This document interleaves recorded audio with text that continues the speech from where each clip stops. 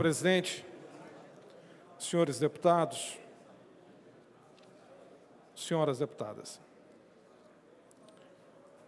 Sobre a mesa, na pauta da sessão dessa tarde, para ser votado nessa sessão, os balancetes do governo do Estado de 2010, 2011 e 2012.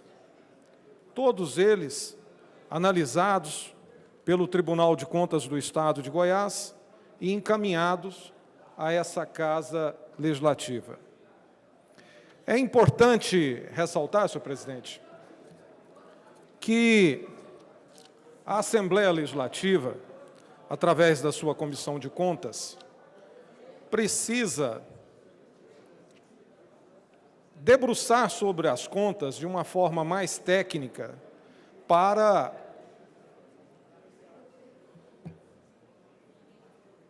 encaminhar as recomendações que foram solicitadas pelo Tribunal de Contas aqui nesse parecer encaminhado à Assembleia Legislativa. Parecer esse já lido aqui pela mesa diretora, onde, no balancete de 2012, são apresentadas aqui recomendações A, B, C, D, E, F, G, H, I, M, N, O, P, Q, ou seja, várias recomendações. Algumas recomendações que mostram uma contradição muito grande.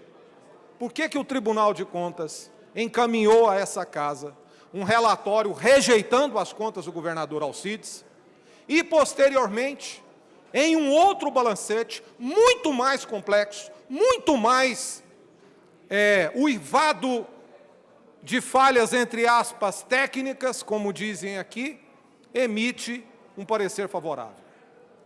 Portanto, é inadmissível que os senhores deputados, que as senhoras deputadas, não debrucem com os técnicos dessa Casa sobre item por item das ressalvas apresentadas aqui nesse balancete.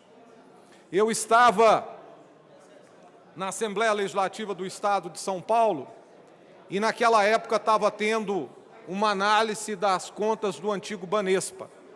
E trabalhava na análise das contas do antigo Banespa todos os conselheiros do Tribunal de Contas, toda a Comissão de Finanças e uma equipe de técnicos.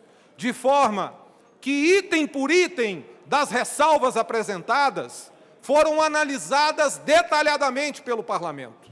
E aqui hoje, não é eu pedir a leitura do parecer do Tribunal Pleno do TCE, sequer saberia quais foram as ressalvas apresentadas no balanço fiscal de 2011 e de 2012, como se nada tivesse acontecido. Mas aqui nos autos está claro e exposto a ausência da aplicação do Índice Constitucional à Educação, a ausência da aplicação do Índice Constitucional na Universidade Estadual do Estado de Goiás, a ausência da compatibilização de entrada e receita nas contas do Estado, a ausência de um relatório de controle pessoal dos cargos comissionados, a ausência de um relatório detalhado sobre os repasses do ICMS que foram passados para os municípios.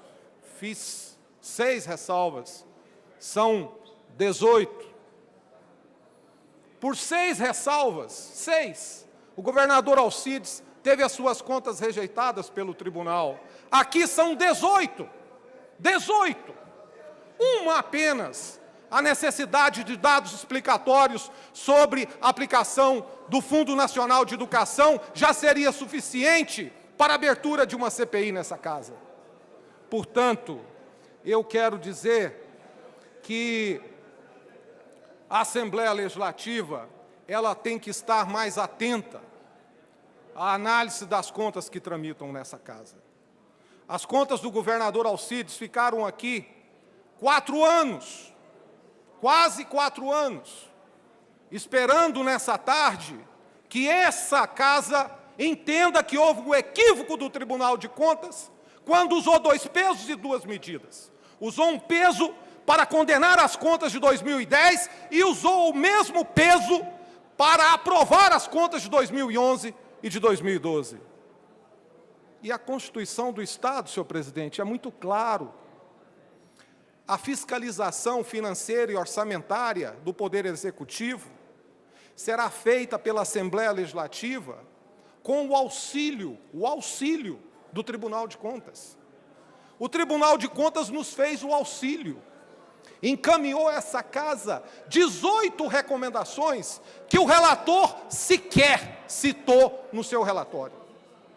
Mas, como um deputado que tem uma formação na área, que está indo para o 4º mandato consecutivo nessa casa, foi eleito pela oposição, seria uma incoerência minha não usar a tribuna para elencar essas ressalvas que foram apresentadas.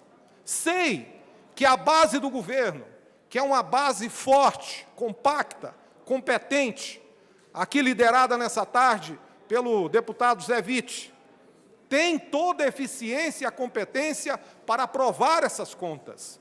Mas os deputados da oposição não podem deixar de fazer o debate, não pode deixar de apontar as ressalvas que foram encaminhadas depois de anos de análise pela Comissão de Auditoria do Tribunal de Contas, sob pena de amanhã, quando chegar aqui nessa casa um parecer dizendo que o governador não aplicou 25% da educação, ou o montante determinado na Universidade Estadual de Goiás ter suas contas rejeitadas sumariamente.